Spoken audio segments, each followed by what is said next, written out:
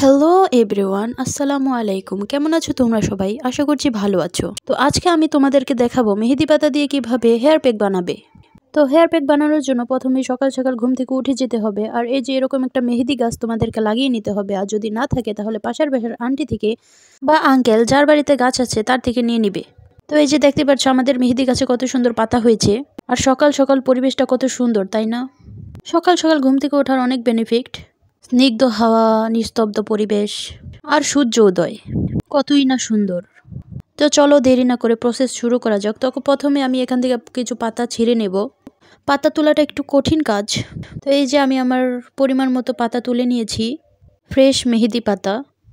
আমরা সবাই জানি মেহেদি পাতা চুলের জন্য কতটা উপকারী। আসলে বাজারে কেমিক্যাল প্রোডাক্টের থেকে বাসায় তৈরি করা বা ন্যাচারাল জিনিস অনেক ভালো বলেও আমি মনে করি। আমি বেসিক্যালি কেমিক্যাল থেকে বেশিরভাগ ন্যাচারাল জিনিস ইউজ করি। এটা খরচও কম আর বেনিফিটও অনেক।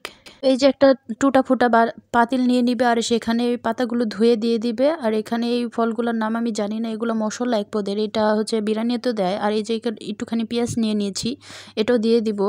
সবগুলো একসাথে দিয়ে দিব। এটা হচ্ছে একটা হেয়ার প্যাক বানাচ্ছি। তো কিছুক্ষণ দেওয়ার পরে এটা কিছুক্ষণ ফুটবে। ফোটার পরে হচ্ছে আমি একটা কাঠি নিয়ে এটা নেড়ে দিব ভালো মতো। খুব সুন্দর করে ঘুটানাটা করে দিতে হবে। তারপরে এই পানিটা নামিয়ে ঠান্ডা করে নিতে হবে।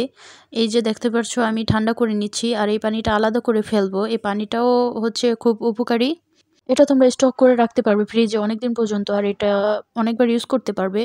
এটা আবার চা মনে করো না কেউ, এটা হচ্ছে এই পানিটা। আর এটা যে পাতাগুলো রয়েছে এগুলো আমি একটু খালি মিক্স করে নেব। মানে এই যে বাটনাটা দিয়ে একটু বেটে মিক্স করে নেব। তোমরা পাটায় বাটতে পারো, ব্লেন্ডারেও দিতে পারো। তো আমি এটা অনেক নরম হয়ে গেছে, সেজন্য এখানে বাটনাতেই মিক্স করে নিব। এতে আমার জন্য সুবিধা হবে। আর এই মিশ্রণটাই আমি হেয়ারে ইউজ করব। তোমরা এই দুটো জিনিস এভাবে ইউজ করে দেখতে পারো, খুবই উপকারী।